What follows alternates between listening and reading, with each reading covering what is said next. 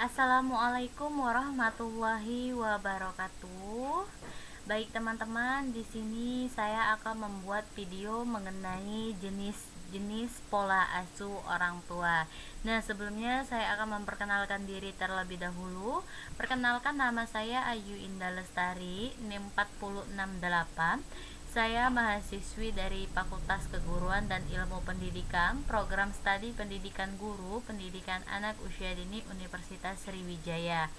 Nah, teman-teman, di sini saya membuat video untuk memenuhi tugas saya dalam mata kuliah media berbasis ICT. Langsung saja ya.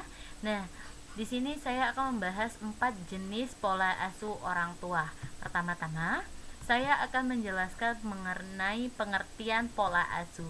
Jadi, pola asuh merupakan cara orang tua dalam mendidik, memperlakukan, berkomunikasi, dan mengekspresikan emosinya kepada anak. Nah, jadi teman-teman, pola asuh ini merupakan cara orang tua ya dalam mengasuh. Nah, selanjutnya saya akan menjelaskan pola asuh yang pertama, yaitu pola asuh otoriter. Jadi, pola asuh otoriter ini merupakan pola asuh yang dilakukan oleh orang tua dengan cara memberikan peraturan yang sangat ketat ketika anak belajar ataupun bermain. Nah, jadi peraturan pada pola asuh otoriter ini sangat ketat. Ciri-ciri pola asuh otoriter ini, yang pertama, orang tua itu bersikap keras dan tegas terhadap anak. Nah, jadi setiap pola asuh yang diberikan oleh orang tua itu orang tua memberikannya secara keras dan tegas. Contohnya ketika anak menginginkan misalnya menggunakan telepon, menggunakan handphone ya, maaf. Nah, orang tua seringkali tidak menyetujui anak. Jadi ketika anak menginginkannya, orang tua tidak memberikannya. Selanjutnya, anak tidak mendapatkan pujian ketika melakukan atau berhasil melakukan pencapaiannya. Yang selanjutnya, tidak mendengarkan anak dan menuntut anak untuk dewasa. Selanjutnya, pola asuh permisif. Nah, jadi teman-teman, pola asuh permisif ini merupakan pola asuh yang dilakukan oleh orang tua lebih membiasakan anak dalam melakukan belajar dan bermain sesuai dengan kehendaknya tanpa adanya teguran dan peringatan. Nah, jadi teman-teman, tanpa teguran dan peringatan, orang tua pada pola asuh permisif ini lebih membiasakan anak atau membiarkan anak sesuai dengan kehendaknya. Contoh ciri-ciri pola asuh permisif ini, yang pertama, membiarkan anak membagi sendiri waktu belajar dan bermain. Nah, jadi ketika anak ingin bermain, anak itu akan melakukan segala kegiatannya itu sesuai dengan keinginannya tanpa ada peringatan dari orang tua untuk stop ataupun juga untuk belajar. Selanjutnya, memberikan semua permintaan semua permintaan yang anak mau. Jadi pada pola asuh permisif ini, orang tua lebih menekankan kepada anak untuk bersikap manja. Jadi setiap apapun yang permintaan yang anak inginkan, orang tua selalu menurutinya. Selanjutnya, tidak mengarahkan anak, misalnya tidak mengarahkan anak untuk menggunakan uang sakunya dengan baik ya. Selanjutnya, membiarkan tingkah laku buruk anak dan jarang menghukum anak yang salah. Nah, jadi pola asuh permisif ini dominan terhadap anak yang manja ya. Jadinya anak yang manja dengan kita menggunakan pola asuh permisif ini.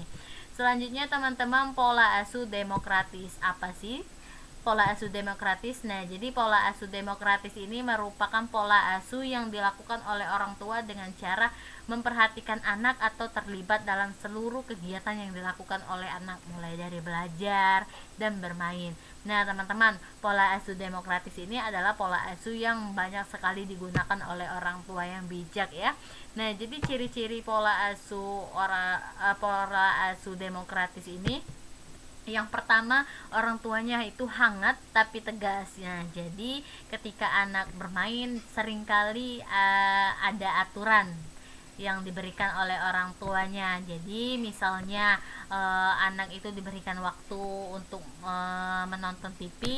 Nah, nanti ketika waktunya habis, bisa juga nanti orang tuanya menyuruh anak untuk segera belajar, seperti itu. Selanjutnya menghargai sikap baik anak. Nah, jadi orang tua itu memberikan pujian ketika anak melakukan perbuatan yang baik. Terus memberikan sanksi jika diperlukan ya, jika ada anak yang melakukan kesalahan. Dalam pola asuh demokratis ini orang tua bisa memberikan sanksi jika diperlukan. Selanjutnya menghargai minat dan bakat anak. Terus pola asuh yang terakhir yaitu neglected. Pola asuh ini merupakan pola asuh yang dilakukan oleh orang tua yang kurang perhatian dan tidak memperdulikan anak. Nah, teman-teman, pada pola asuh ini biasanya terjadi pada orang tua yang melakukan perceraian. Nah, jadi pola asuh ini lebih dialami oleh anak yang broken home ya, teman-teman. Jadi ciri-ciri pola asuh neglected ini yang pertama menyerahkan tanggung jawab orang tua itu kepada orang lain. Jadi seperti orang tua menyewa orang untuk mengasuh anaknya. Jadi seluruh tanggung jawab itu diserahkannya kepada orang yang ngasuh anaknya tersebut. Selanjutnya jarang komunikasi terhadap anak. Nah, jadi pola asuh neglected ini orang tuanya itu jarang sekali teman-teman berkomunikasi terhadap anak. Jadi anaknya ini kurang perhatian terhadap orang tuanya. Selanjutnya tidak tahu tentang kehidupan anak. Nah, jadi orang tua pada pola asuh neglected ini tidak tahu nih kehidupan anaknya itu gimana, apa anaknya itu apa ya, misalnya rajin belajar atau anaknya malas, dia tidak tahu anak itu sedang apa. Nah, jadi pola asuh neglected ini orang tuanya ini tidak mengetahui tentang kehidupan anaknya itu. Bahkan untuk misalnya tentang hobi anak juga mereka tidak tahu ya. Terus pada pola asuh neglected ini orang tuanya tidak terlibat dalam keputusan penting. Nah, jadi ketika ingin memasukkan anak ke sekolah mana nih, orang tuanya itu tidak terlalu terlibat ya untuk memilih sekolah untuk anaknya. Nah, jadi teman-teman, itulah 4 jenis pola asuh orang tua pada anak usia dini. Nah, jadi teman-teman, setiap pola asuh yang diberikan oleh orang tua ini harus benar-benar diperhatikan supaya nantinya dalam pengasuhan anak itu akan menjadi anak yang sesuai dengan yang kita inginkan. Jadi penting sekali nih teman-teman dalam melihat atau memperhatikan pola asuh orang tua yang kita berikan atau nantinya kita sebagai orang tua ya, teman-teman. Baik teman-teman, itu saja video yang saya berikan. Bila ada kekurangan saya mohon maaf. Saya akhiri dengan ucapan wassalamualaikum warahmatullahi wabarakatuh.